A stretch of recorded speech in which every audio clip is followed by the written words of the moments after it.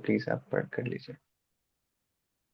ॐ अज्ञानतिमिरान्धस्य ज्ञानाञ्जलाशलाकया चक्षुरुक्मितमेन तस्मै श्रीगुरुवे नमः। श्रीचैतन्यमनोभीष्टं स्थापितं येन भूतले समरूपः कदा मह्यं ददाति सौप्तान्तिकं।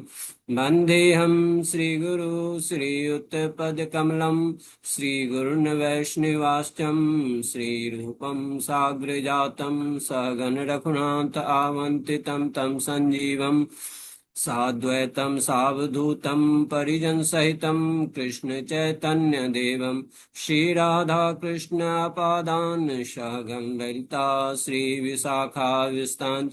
हे कृष्ण करुणा सिंधो दीनबंधो जगतपते गोपीश गोपिका कांत राधा कांत नमस्तुते। तप्त कांचन गौरांगी श्री राधे वृंदावनेश्वरी वृषभानुसुते देवी प्रणमामि हरिप्रिये। वाञ्छाकल्पतरुभ्यश्च कृपा सिन्धुभ्य एव च पतितानां पावनेभ्यो वैष्णवभ्यो नमो नमः। जय श्री कृष्ण चैतन्य प्रभु नित्यानंद श्री अद्वैत गदाधर श्रीवासादि गौर भक्त वृंद। हरे कृष्ण कृष्ण कृष्ण हरे हरे हरे राम राम राम हरे हरे। नमो विष्णुपादाय कृष्णपृष्ठाय भूतले श्रीमते भक्ति वेदांत स्वामिनी इति नामिने। नमस्ते सरस्वते देवे गौरवाणी प्रचारिणे निर्विशेष शून्यवादी पाश्चात्य देश तारिणे। हरे कृष्ण।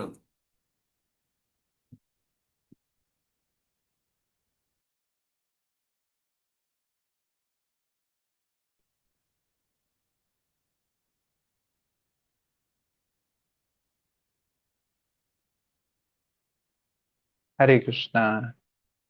आप सबका एक बार फिर से स्वागत है आज के भक्ति वृक्ष सत्र में। तो आज हम रीड कर रहे हैं श्री नाम अमृत, पवित्र नाम का अमृत। कि जो इस कलयुग में भगवान की शरण ग्रहण करने का सबसे आसान, सबसे सरलतम, सबसे उत्तम उपाय क्या है ना, जो हमारे लिए फिजिबल है। बाकी चीजें तो पॉसिबल ही नहीं हो पाती। जो हम ध्यान लगाने की बात करें, ध्यान तो भूल जाओ हमारा कि ध्यान लगता भी है ना। ऐसा बताया जाता है कि एक जानवर ऐसा है, उसका ध्यान कुछ सेकंड्स के लिए लगता है। उसको भी फेल कर दिया हमने, उससे भी आगे निकल गए हैं, उस सेकंड्स के लिए भी हमारा ध्यान नहीं लग सकता है ना। तो ये फोन भी हमारे हाथ में ऐसे आ गया है कि एक बार किसी का मैसेज आ जाए, कॉल आ जाए, बस सब कुछ छोड़ छाड़ के भागते हैं इसके पीछे। तो ध्यान लगने का तो मतलब ही नहीं है ना। त्रेता युग यज्ञ है, तो यज्ञ भी नहीं हमारे बस की बात है। हवन कुंभ और इत्यादि वो सब द्रव्य यज्ञ हम नहीं कर पाते आज के समय में। कुछ भी शुद्ध नहीं है। न शुद्ध उच्चारण करने वाले वो ब्राह्मण हमारे पास हैं, न शुद्ध सामग्री है, न शुद्ध लकड़ियां हैं, न दूध घी शहद, कुछ भी नहीं पता हमें। पैकेट वाला आता है और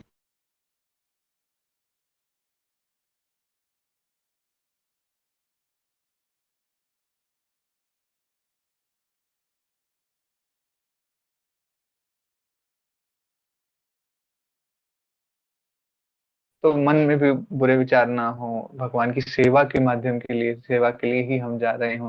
तो वो डीटी वर्षिप की तरह तरह की विधियां हैं, है ना। इतने सारे नियम कानून हैं जो हमें नहीं आते हैं, ना हम फॉलो कर सकते हैं। इतनी सारी चीजें, हमारे परिवार का पालन पोषण है, हमारी ड्यूटीज हैं, उनको देख लेंगे वही बहुत है। हम कहाँ डीटी वर्शिप के चक्कर में पड़ेंगे। तो हर चीज, हर बंदे के लिए वो चीज पॉसिबल नहीं है। तो फिर क्या कर रहे हैं, कलयुग में बताया नाम का अमृत, इसी का पान कीजिए और हम भगवान को प्राप्त कर सकते हैं, है ना। और हम ही नहीं, अब देखिए भगवान का नाम अगर उच्च स्वर में उच्चारण किया जाए, कीर्तन किया जाए, तो किन किन को लाभ होता है। निम्न योनियों को भी लाभ होता है ना। जो पशु पक्षी इत्यादि हैं उनको भी, जो कीट पतंगे हैं उनको भी। His Holiness गोपाल कृष्ण गोस्वामी महाराज, वो उनका ये भाव हमेशा रहता था कि वो और जीवों पर भी दया करें। तो यहाँ पर जो लिखा है चैतन्य चरितमृत से जो लिया गया है, ये ट्रांसलेशन, इसमें भी यही भाव है। तो इन हमारे शास्त्रों को गुरु परंपरा एज इट इज फॉलो करती है। उनके आचरण में दिखती हैं चीजें, है ना। तो वो कभी किसी का एक्सीडेंट हो जाता था, किसी पशु पक्षी का भी, तो वहां पर बोलते थे भक्तों को कि आप पहुंचिए वहां पर, चलिए मेरे साथ, मैं भी चलूंगा, और ऊंचे स्वर में या भगवान के नामों का उच्चारण करेंगे उनके लिए, कि जो शरीर छूटा है वो अच्छी योनि प्राप्त करे। इसीलिए भगवान नाम सुनाते थे वहां पर। जो भी प्राणी हैं, जो भी जीव जंतु हैं, सबको ऊंचे स्वर में अगर जप और कीर्तन करें तो उनको भी लाभ होगा। ऐसा नहीं है कि सिर्फ मानव जाति को होगा। ठीक है। हरे कृष्णा। नमस्ते माता जी, आप रीड कर लीजिए। हरे कृष्ण प्रभु जी। कृष्णा। श्री नामामृत पवित्र नाम का अमृत, पेज 157। भगवान के नाम का उच्च स्वर में जप व कीर्तन करने से निम्न योनियों को भी लाभ होता है। जो लोग वास्तव में श्री चैतन्य महाप्रभु के सेवक हैं, उन्हें मानव समाज के परम लाभ के लिए चैतन्य महाप्रभु के इस आंदोलन को गंभीरता से सारे विश्व में वितरित करना चाहिए। निश्चित रूप से पशु और अन्य निम्न प्रजातियां इस आंदोलन को समझने में सक्षम नहीं हैं, लेकिन यदि थोड़े से लोग भी इसे गंभीरतापूर्वक लें, तो उनके उच्च स्वर में हरिनाम कीर्तन से सभी जीवों, यहाँ तक कि वृक्ष, पशु और दूसरे निम्न प्रजातियों को भी लाभ होगा। जब श्री चैतन्य महाप्रभु ने हरिदास ठाकुर से पूछा कि कैसे मानव के अलावा दूसरे जीवों को भी लाभ होगा, तब श्री हरिदास ठाकुर ने उत्तर दिया कि हरे कृष्ण महामंत्र इतना प्रभावशाली है कि अगर इसका उच्च स्वर में उच्चारण किया जाए तो सभी को लाभ होगा, यहाँ तक कि जीवों की निम्न प्रजातियों को भी। श्री चैतन्य चरितामृत आदि लीला 9:39। हरे कृष्ण।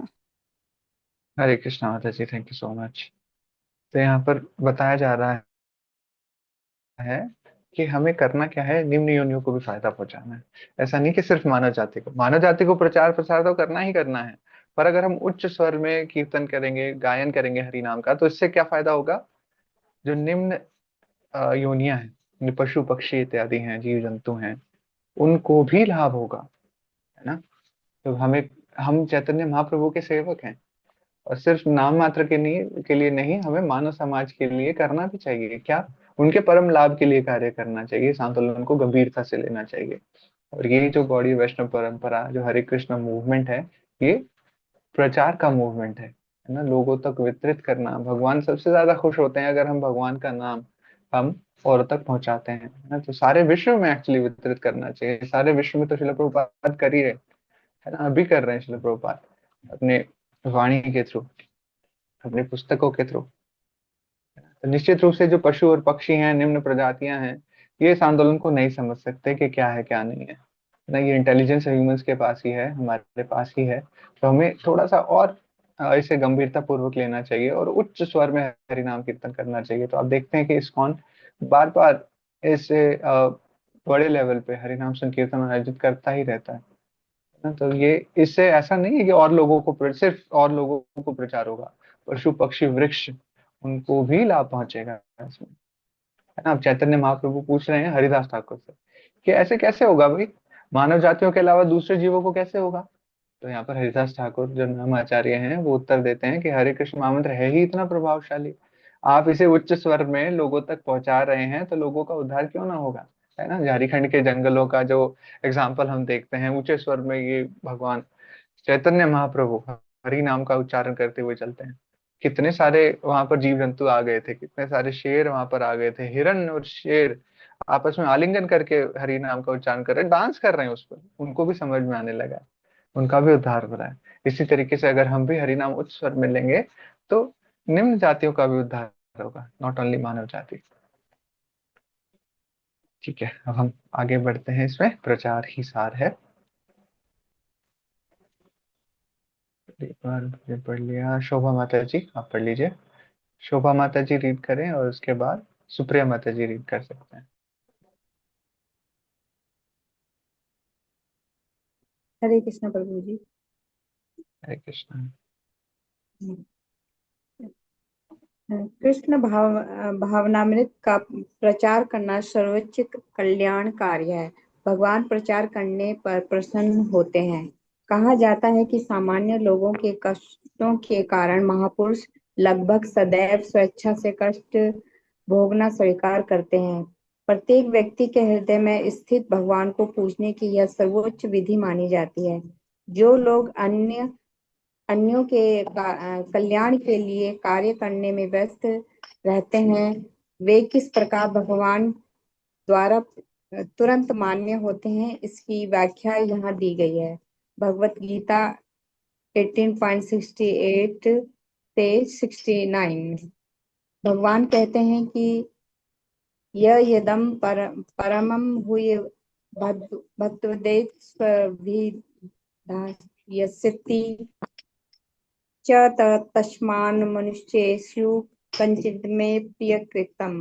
जो व्यक्ति मेरे भक्तों को भगवत गीता के संदेश का उपदेश देता है, वह मुझे अत्यंत प्रिय है। जो पूजा द्वारा मुझे तुष्ट करने से उससे बढ़कर कोई अन्य नहीं हो सकता।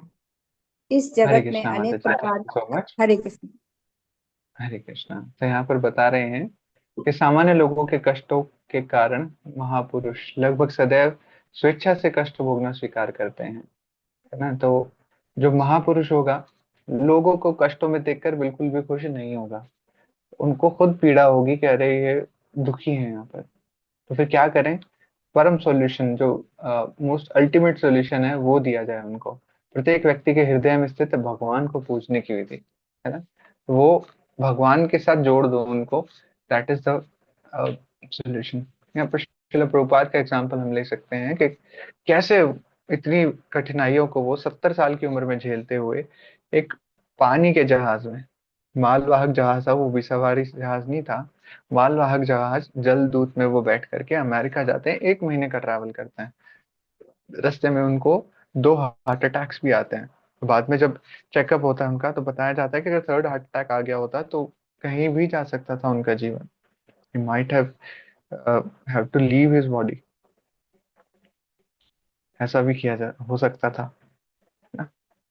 तो वहां पर भी शरणागति दिखाई शिल प्रभुपाद ने कि आप जैसा मर्जी के, आप, मैं तो आपके हाथ की कठपुतली हूँ कृष्ण, आप जैसा मर्जी नचाना चाहें नचा सकते हैं, है ना।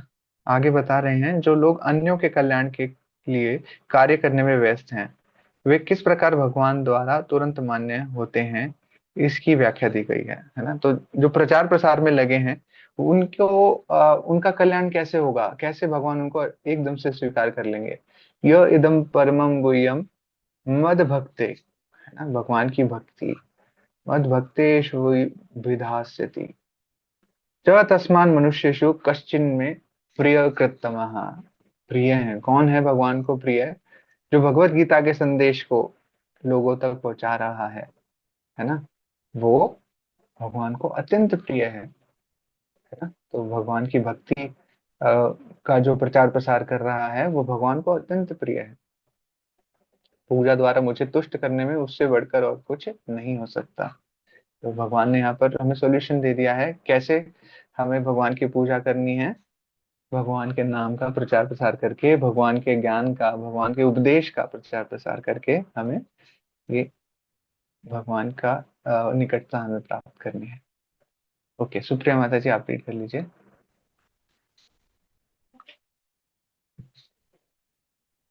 हरे कृष्ण प्रभु जी। हरे कृष्ण माता जी। इस जगत में अनेक प्रकार के कल्याण कार्य है, किंतु कृष्ण भावनामृत का प्रश्न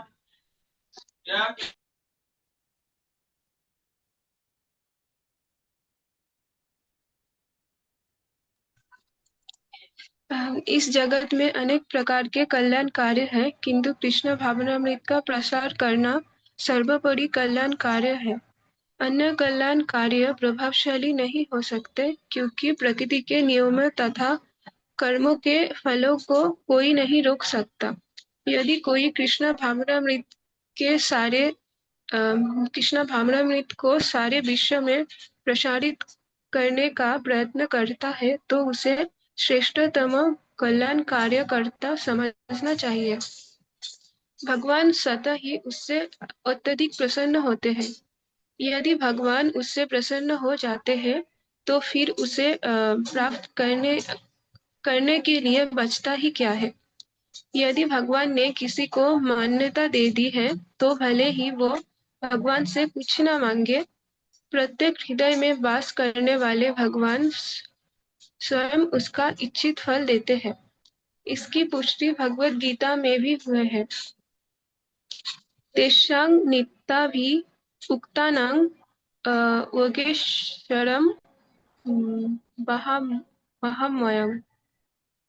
सर्वश्रेष्ठ कल्याण कार्य यही होगा कि लोगों को कृष्ण भावनामृत के स्तर तक उठाया जाए, क्योंकि बद्ध जीव कृष्ण भावनामृत के अभाव के कारण ही कष्ट भोग रहे हैं। अतएव सारे शास्त्रों का यही अभिमत है कि कृष्ण भावनामृत आंदोलन का प्रसार ही विश्व का सर्वश्रेष्ठ कल्याण कार्य है। इसके फलस्वरूप लोगों को जो लाभ मिलता है, उसके कारण भगवान भक्त द्वारा की गई सेवा को तुरंत मान्यता प्रदान करता है। हरे कृष्ण प्रभु हरे जी। Krishna. Thank you so much. तो इस जगत में अनेक प्रकार के कल्याण कार्य हो सकते हैं कि हाँ जी, कुएं खुदवा दिए हमने, प्याऊ खुलवा दी, स्कूल खुलवा दिए, कॉलेजेस खुलवा दिए, हॉस्पिटल्स के लिए दान दे दिया, मंदिर के लिए दान दे दिया, है ना। बट सर्वोपरि कल्याण कार्य क्या है? इस कृष्ण भावनामृत का प्रचार प्रसार करना, ये है सर्वोपरि कल्याणकारी, है ना। अन्य कल्याण कल्याण कार्य प्रभावशाली नहीं हो सकते, क्योंकि प्रकृति के नियमों तथा कर्मों के फलों का कोई नहीं रोक सकता। तो ये भी प्रकृति के नियमों से बंधे हुए रहेंगे बाकी चीजें, है ना? प्रभावशाली होंगे, बट जरूरी नहीं है कि बहुत ज्यादा प्रभावशाली हो। इतना प्रभावशाली वो हो सकते हैं कि हमारे अच्छे कर्मों में वो ऐड हो जाएं कि हाँ जी, हमने इतना दान दिया था हॉस्पिटल के लिए, धर्मशाला के लिए, वो हमारे अच्छे कार्यों में ऐड हो गया कि और हमें देवताओं के लोक तक ले गया ना। बट वो घूम फिर के वापस यहीं पर ही आना पड़ेगा। देवता भी इस धराधाम पर आने के लिए तरसते हैं कि यहाँ पर हरि नाम तो मिलेगा, है ना। जो देवलोक है वहां पर इतना ऐश्वर्य है, सब कुछ भुला देता है, वो भगवान का नाम नहीं लिया जा पाता, इसलिए वो तड़पते हैं कि यहाँ पर आ जाएं, है ना। तो यदि कोई कृष्ण भावनामृत को सारे विश्व में प्रसारित करने का प्रयत्न करता है, तो उसे श्रेष्ठतम कहता हूँ कल्याणकारी कार्य किताब कर पढ़ा अगर मानता समझना नहीं है, चाहिए। गेम खेलेगा। कहाँ गेम खेल रहा हूँ? अरे जब अपना ये काम हो जाता थोड़ा सा किताब लेके, पतली सारे किताब लेके विश्व में पढ़। प्रसारित करने का प्रयास करना चाहिए, है ना। भगवान नाम को, कृष्ण भावनामृत को प्रचार प्रसार करने का हमें प्रयत्न करते रहना चाहिए, और भगवान खुद ही प्रसन्न हो जाएंगे हमारे एफर्ट्स देख के। देखिए, हम सोचते हैं कई बार कि बुक डिस्ट्रीब्यूशन मैं करने जा रहा हूँ, बुक डिस्ट्रीब्यूशन, ऐसा नहीं है। श्रील प्रभुपाद खुद कर रहे हैं अपने बुक्स का डिस्ट्रीब्यूशन। भगवान खुद चाहते हैं कि उनकी वाणी पहुंचे लोगों तक, तो भगवान खुद कर रहे होते हैं श्रील प्रभुपाद के माध्यम से। बुक्स तो श्रील प्रभुपाद ने लिखी है, हमारा क्या रोल है? सिर्फ इतना निमित्त मात्र बन रहे हैं कि हम किसी को बुक जा करके वो गिफ्ट कर रहे हैं, या उन्हें प्रेरित कर रहे हैं कि आप इसको पढ़िए, है ना। तो ऐसा नहीं होता है कि कुछ भी करके इंसान खुद के एफर्ट्स डाल के वो कुछ हासिल कर लेता है। जैसे आप लोगों ने भजन सुना होगा, मैया मोरी मैं नहीं माखन खाया, है ना। वो लीला करी भगवान ने, उसको गा गा के काफी सारे लोग करोड़पति बन गए, है ना। ऐसे भजन गा गा के लोग करोड़पति बन रहे, कितनी सारी कथाएं करते हैं, हम पैसा कमाते रहते हैं वहां से, है ना। तो है क्या चीज? भगवान ही है सब कुछ, वहीं से आ रहा है सब कुछ, और उनका बोल बोल के उनका श्रेय लेकर के वो खुद खुद को मानने लगते हैं। तो खुद नहीं कर रहे होते हम काम, तो हम बस एक निमित्त मात्र बन रहे होते हैं। इट इज जस्ट लाइक कि हमारे पेरेंट्स हमें कोई चीज ला करके दें और हम बोलें कि नहीं, पहले आप इस चीज को यूज करिए ना। कुछ बहुत सुंदर प्रसाद वो लेकर के आए हुए वाली मंदिर से, और हम उनको कहें कि नहीं, आप पहले आप आइए, तो कितना प्रसन्न होंगे वो। इसी तरीके से कि भगवान का नाम है, हम भगवान को किसी और को देने के लिए जाएंगे तो सबसे ज्यादा प्रसन्न भगवान ही होते हैं उसमें, और मान्यता मिल जाती है कि हाँ जी, दिस इज ये मेरा शुद्ध भक्त है, इस तरीके से। और फिर हम भगवान से प्रत्येक हृदय में वास करने वाले भगवान स्वयं उसका इच्छित फल दे देंगे, है ना। तो भगवत गीता में आता है, तेषाम नित्यम अभियुक्तानां योगक्षेमम वहाम्यहम्। तो सर्वश्रेष्ठ कल्याणकारी यही होगा कि लोगों को कृष्ण भावनामृत के स्तर तक उठाया जाए, प्रचार प्रसार किया जाए, और बद्ध जीव कृष्ण भावनामृत के अभाव में ही कष्ट भोगता है ना। अगर वो थ्योरी सबको समझ में आ जाए कि हम ये शरीर नहीं है, हम तो आत्मा के स्तर पे हैं, एक परमात्मा भी है फिर साथ में, और जो कि उस आत्मा को टेक केयर करता है, साक्षी बन के रहता है उसके साथ। तो ये चीजें अगर सबको समझ में आ जाए तो फिर कोई कष्ट यहाँ पर नहीं मिलेगा। कष्ट आते क्यों है? और लोग कुछ समझ रहे होते हैं, हम कुछ समझ रहे होते हैं, किसी चीज पे लड़ाई कर रहे होते हैं, इसी इसी वजह से कष्ट आते हैं। जब सभी लोग ये मान लेंगे ना कि जो भगवान भगवत गीता में कह रहे हैं, ममे वांशो जीव लोके जीव भूता सनातना मनोष्ठानी इंद्रियाणी प्रकृति स्थानी कर्षति। कर्षण हो रहा है इन 6 इंद्रियों के, है ना। मन भी इसमें सम्मिलित है। तो वो इंद्रियों की वजह से कर्षण हो रहा है प्रकृति के साथ, है ना, 6 इंद्रियों के। तो इसी तरीके से ये प्रॉब्लम्स आ रही हैं। जब हम आत्मा के स्तर पर उठ जाएंगे, हम मान लेंगे कि मेरा मन जो है वो अलग है ना, मैं तो आत्मा है, हम जीव आत्मा है। सब लोग अगर ये समझ लेंगे, भगवान की संतान हम अपने आप को एक्सेप्ट कर लेंगे, तो फिर कोई भी प्रॉब्लम, कोई भी कष्ट यहाँ पर होगा ही नहीं, है ना। सभी शास्त्रों का भी यही अभिमत है, कृष्ण भावनामृत आंदोलन का प्रसार पूरे विश्व में किया जाए, और this is most beneficial work the date, है ना। तो इसी फलस्वरूप लोगों को भी लाभ मिलेगा, हमें तो और ज्यादा लाभ मिलेगा, है ना। तो इस चीज में हमें लालची रहना चाहिए कि हम भगवान की नजरों में आए, भगवान का नाम दूसरे भक्तों तक पहुंचाएं, भगवान की सेवा करें। तो इसी के साथ हम आज के सत्र को विराम देते हैं। तो मुझे क्षमा कीजिएगा जो भी त्रुटियां मुझसे हुई हैं। वांछा कल्पतरुभ्यश्च कृपा सिंधुभ्येव च पतितानां पावनेभ्यो वैष्णवेभ्यो नमो नमः। अनंत कोटि वैष्णव वृंद की जय, आप सब भक्तों की जय। हरे कृष्णा कृष्ण कृष्ण हरे हरे, हरे राम राम राम हरे हरे।